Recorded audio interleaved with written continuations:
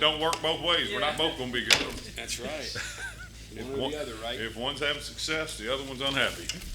You know, I told my guys my goal is to make sure Neil Brown's mad when he comes off the field. We have safeties coach, Dontae Wright. Questions for Coach Wright? Right? So, Dontae, start with, obviously there were struggles last year defensively. What did you guys learn from that? What are you trying to change this year? That more is not always better. I would say that's the number one thing we've done. We've really limited our play call because in our league, as you've heard me talk before, there's so many different formations and shifts and motions that when you put a lot of plays to that, now you got to remember a whole lot more. And now you play slow or you have an opportunity for big-time errors. So we've really, really done a great job of limiting what we call. I wouldn't say it's anything new, but just limiting what it is so that the guys know it inside and out, and now they can play fast and use the abilities that God gave them. Safeties more than anybody else on the defense because you guys have It's more variables? 100% impacts us more. I would say more because the corners probably got the same amount of adjustments, but it does impact the back end a whole lot more than most people. And it's allowed our guys really they've taken a hold of what we're doing on defense and the limited playbook that we're doing, and they really have done a good job of understanding it, and it's allowed them to play faster. What happened in today's practice that was so pleasing to you? We got the ball in our hands a bunch. I know we had 4, maybe 5 for sure. We dropped 3 more. I can't say one was a drop. One skipped into Marcus's. I thought he still should have got it, but the ref called it incomplete, so it was incomplete. So we should have had the opportunity for 7 or 8 takeaways out of the back end. I shouldn't say the back end, the back 7. That's not been the case this spring, right? This is the first time really you've created turnovers, right? Yeah, with the little tweaks that we've made inside of what we're doing, we got a little bit more vision on the quarterback, and it's really helping us. You guys had so many new pieces, safety, well, the whole secondary last year. I mean, a lot of them are here going through the second time through. Yeah. How much difference does it make for Marcus or Aubrey or all those guys that they've been through this before? Light years difference. You got to think Aubrey Burks was really a first-time player last year. His first year he played in 6 games, I think it was, but majority of that was special teams. And in the last 5 or 6 games of the year, he was out with surgery, so he really hadn't never played before. So being able to come back and double down this spring has just added to what he can do, what him and Marcus both can do. I think I've mentioned in here before is when you get really good on defense, it's when you know what you're doing like the back of your hand. So now it allows you to look at what the offense is telling you. Because just like on defense, a quarterback's looking back there at the secondary to see if they're showing anything, giving any tips. Well, the offense does the same thing on every play, whether it be that number 2 receiver that he's looking back at the quarterback instead of looking at the ball. Well, I know he's going in motion if he's looking at the quarterback or he'd be looking at the ball. But if I'm sitting here worried about what my job is, I don't ever have time to look and see, okay, what is he telling me? What's his split telling me? What's that offensive lineman, if I'm in the core in terms of my job is in the core, is that offensive lineman back on his heels and he's about to pull? Well, now I know my fit's going to be across. But if I'm scrambling to get lined up and trying to figure out what call I'm communicating, I'll never have the opportunity to see that. So those guys have really, really done a great job, and not just Aubrey and Marcus, but all of those guys, and even Keyshawn Cobb has done a terrific job coming in here and picking up the defense and being able to execute at a very high level. So I'm excited about them.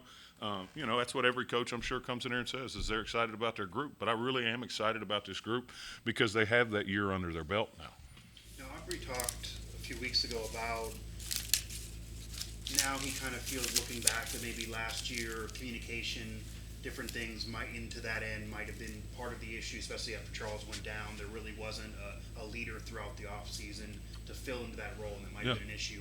Have you noticed that being something that you see maybe could be rectified this year through the spring? Has there been more of an emphasis on that, and how have you tried to work on that so that if an injury would occur, you get into the season, you're better to plug and play? That's what I think we've done a tremendous job. Me and Coach Bryant Shadon have done a tremendous job of not just saying 1s and 2s or threes, is we mix and match because, like you said, you never know when that's going to happen. And when that does happen, that guy better be ready to go in there and be on the same page as those guys that he's going with. So we've done that, whether it be a 7-on-7, whether it be team, whatever it may be. We mix and match all of our guys because, like, you don't know when somebody's going to get down. And when that person goes down, he's got to be able to mesh with that group because when you get used to talking to the same people over and over, well, once you get with another person, he don't hear or say the same things. And now it forces them to have to communicate. It forces them to come off this field and have to be able to talk to each other and sort things. Like we had an instance come up in practice today, and they want to start yelling and screaming. No, talk and communicate like grown men, and let's figure out what the problem is. And they only get to do that with more reps together. So we've done a really good job of mixing and matching and be able to move pieces around and different players with different groups. In retrospect now, would you say there was a fair assessment on his part? I would say that 100%. And, as a coach, you don't ever think about that happening, because we didn't play with the same secondary outside of the first half of the first game, the whole year. So you never see that scenario coming into play. Well, we saw it. So now we can be better as coaches and now get ahead of that in case it does happen. You mentioned Cobb. How has he adapted? New system, new program.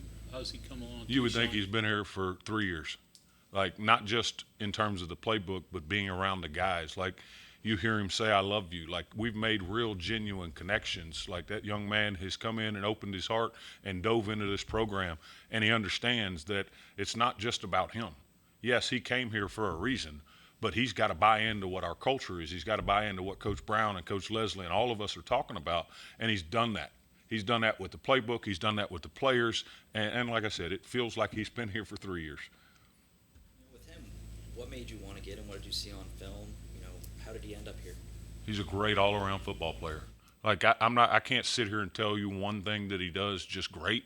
He does a lot of things really, really good. He can play down at spear or nickel, as we're calling it this year when we move him down there.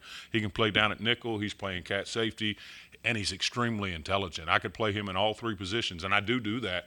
Like in the inside, I'll always put the cat safeties to the boundary and put the free safeties to the field. Let's get them to figure out what the fits look like from the other side.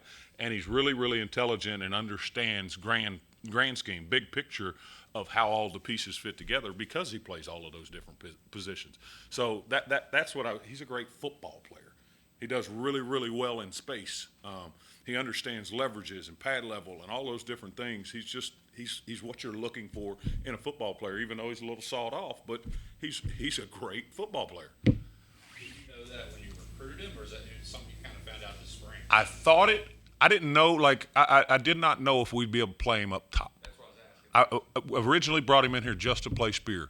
And then we got into winter workouts, and you see how he moves around, and it's extremely fluid in his hips. He runs above average. He's not a blazer. I'm not saying that, but he runs above average. So you learned through drills and all those things that he can play up there. So we just said, to heck with it. We know he can play down. He showed that at Buffalo. He played nickel the whole time at Buffalo. Well, now we understood that he could play high. So now we've just left him at high, and we move him down there sometimes, which is a bonus. Yeah, and the good thing for us is him and Aubrey playing at the cat, and then when we go to speed or nickel, one of those two go down and play the nickel, and the other one plays the cat safety. And for a quarterback, that's really, really troublesome because, you look and you want to see two down there at the nickel all the time. Well, some snaps he rolls his butt back to the post, and then the post safety rolls in, and he's playing nickel. So it's a nice little bonus for us. It might be just looking for some of the same traits you just mentioned about Cobb, but it's no secret the program, and Coach Brown talked about this, we're looking for more secondary help, corner safeties, etc., in the portal for this year. Yes, sir. So when that's something that is a focus, what are you hoping to acquire? What are you looking for in those type of players to know that, hey, this guy could fit, maybe that guy wouldn't fit? And then how are you even now thinking to yourself, well, this guy's not here yet, but in terms of the group, I'm doing this right now with the group, but I'm maybe going to have this guy, I'm maybe going to have this guy, so I got to wait to plug this in here. Are you thinking about that? Or you just wait until Here's what I'm thinking about, and here's what we talk about. I'm looking for a cover safety, and that's it. So if I get a cover safety, if we get a cover safety, well, now Keyshawn, Aubrey, all of those guys, they can go play free safety, they can go play spear, they can go play nickel, they can go do anything once we get another one. Now, I have a cover safety in Aubrey Burks. We have an extra cover safety in Keyshawn Cobb. But when you bring another one in, now you get more athletic on the field because you can move those other pieces around. And that's what we're looking for. And here's something I tell my guys all the time is my job is to out-recruit you. Well, now in the transfer portal age, that's what transfers as well, not just high school kids. My job is to out-recruit you. Your job is to make sure that you work your butt off so that you don't get passed up and you don't get out-recruited. So we talk about, hey, I'm going to bring in a safety. They know that we're going to do that. So that's why we have such great competition at practice, because they know that somebody else is going to come in here and they're looking to do the same thing of take their job. So I better make sure I come correct every single day, or I'm going to get passed up. And at the end of the day, that's their job, is they got to make sure that they put out enough film that I can't say that that guy's going to come in here and take your job. Biggest takeaway last year from what you went through is the mixing and matching. Yeah. Mixing and matching and being on the same page. Being on the same page. Ren came around, Neil came around, Coach Leslie came around and asked we got to be on the same page. And that starts with us. Everything that went wrong last year starts with us as coaches. And we've got to be on the same page so the kids are clear about exactly what they have to do. And in the games that we played well, we were. In the games that we didn't, we weren't. And that's the biggest thing that we have to do is, as coaches, be on the same page. That way the players can be on the same page and they can play fast and do what they want to do, which is make plays.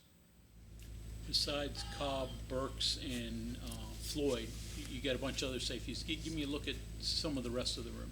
Some of the rest of the room, well, Burks and Cobb are out to the field right now. You've got Marcus, you've got Christian Stokes, you've got Caleb Coleman into the boundary. Christian has missed the last 4 practices, which I'm really not disappointed because it's out of his control with an injury.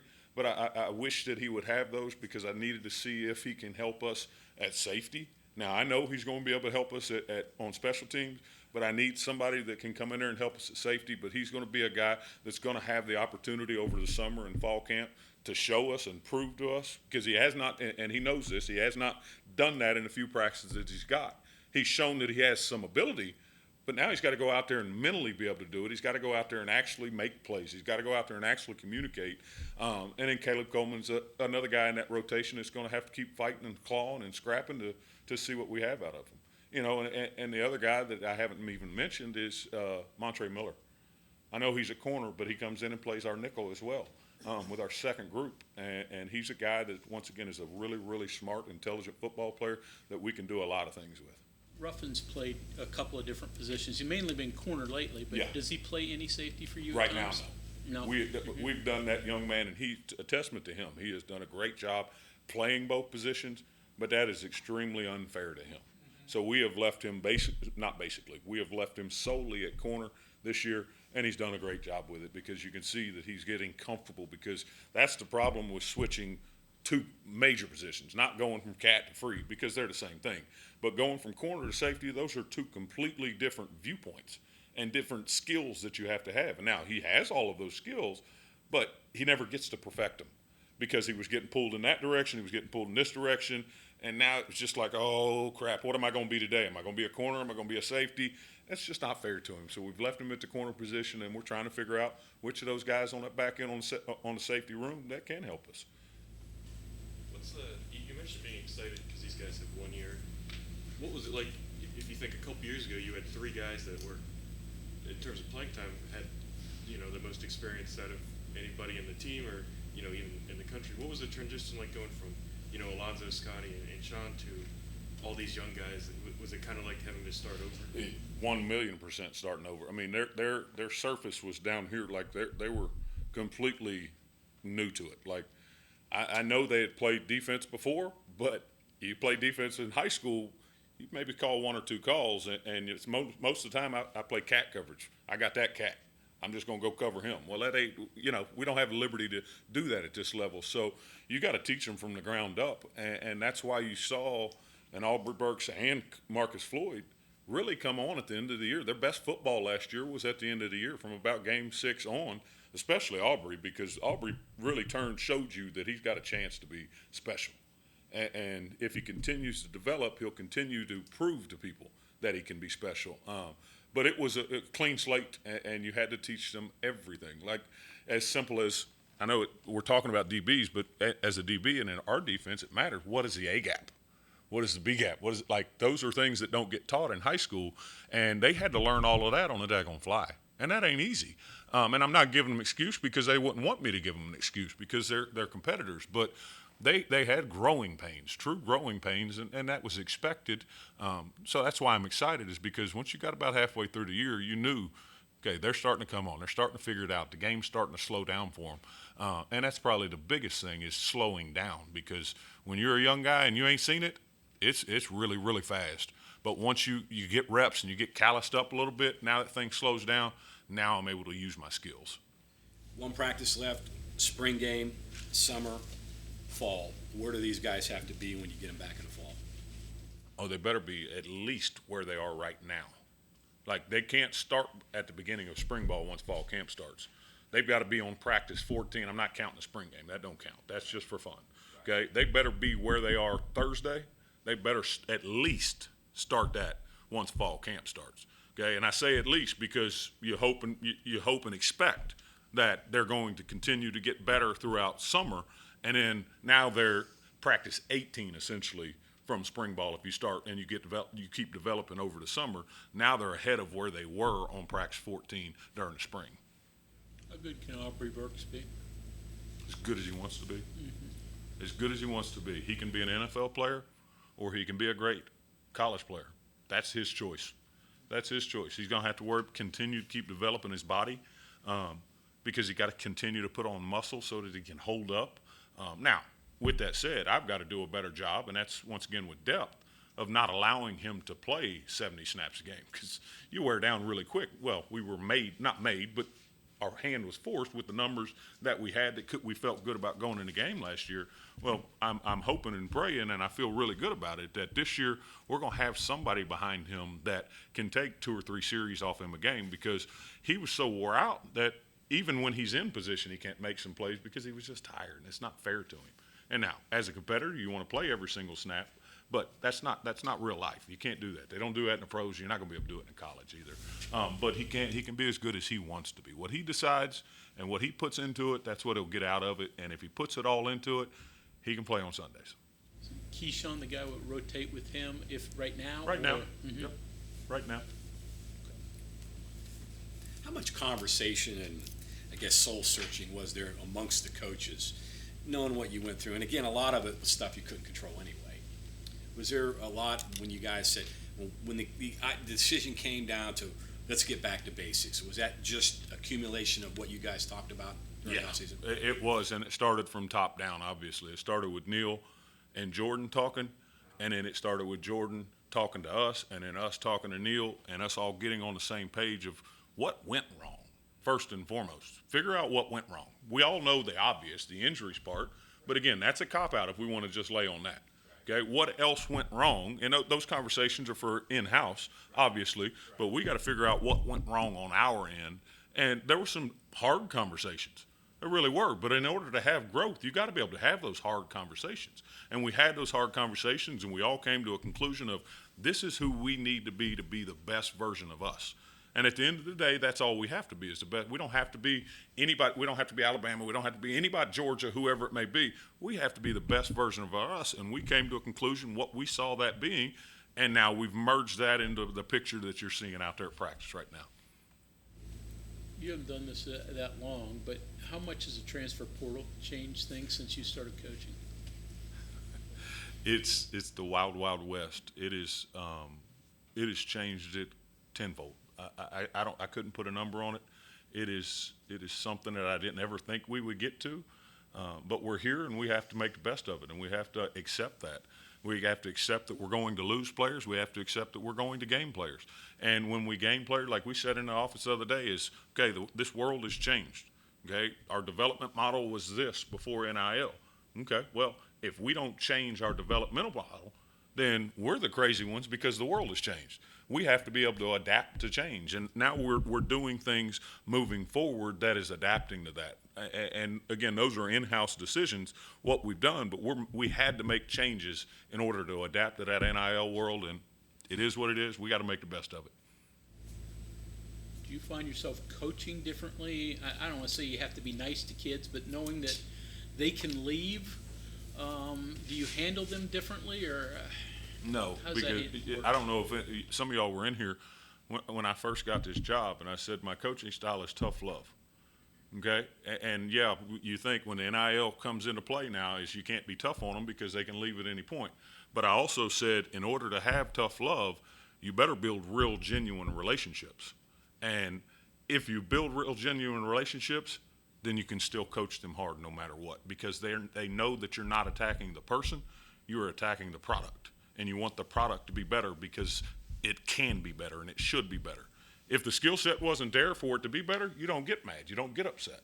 But if you have the skill set that should be better, then it's my job to coach you really, really daggone hard. And I can only do that if I build real, genuine relationships with these young men. And yes, money makes an influence and all those things, and you have to have different conversations. But at the end of the day, if you have a real relationship with them, you're going to have a chance to keep them, and you're going to have a chance to coach them really, really hard and get what you want out of them. Biggest challenge marrying the individual goals with the team goals? I mean, guy doesn't get playing time. He can say, well, instead of fighting for the job, I can go someplace else. Yeah, that's probably the easiest way for them to get out. If they ain't playing, they're going to be unhappy and they're going to get out. So I understand that one. If they're playing and they still want to leave, then that's the ones that really bother you, because it's not just I'm sitting over here, I'm being wasted. I should go find some more. That young man probably should go find another home. But if he's getting reps and he's still thinking about leaving, then you probably got the wrong person anyways. As a coach, how do you not take that personal? When You do. You do. And that's just the crappy part of the job, is that you're going to pour into some of these young men, and they're going to still make the decision to say the grass is greener on the other side. For what reasons? I don't know. There's a lot of reasons. They got the wrong people in their ear. They're just tasting the dollar sign. Like, some of that you just can't get around, and it hurts. It really, truly hurts. But, again, that's the life we live right now. That's the world we're in. We got to make the best of it. The problem is you can't just boil it under an umbrella. There's so many different reasons. So many. I mean, and again, I said it a minute ago. Some of those reasons make sense. Like, some of those reasons, yeah, you probably should. But when they're getting what they want in terms of playing time, and then they still want to, that one, those hurt still. And there's no getting around that. Because, again, you've built real relationships with them, and you hope that makes it harder for them to leave. Sometimes it does, sometimes it doesn't. Okay, anything else, Coach? The world we live in. The world we live in. Appreciate y'all.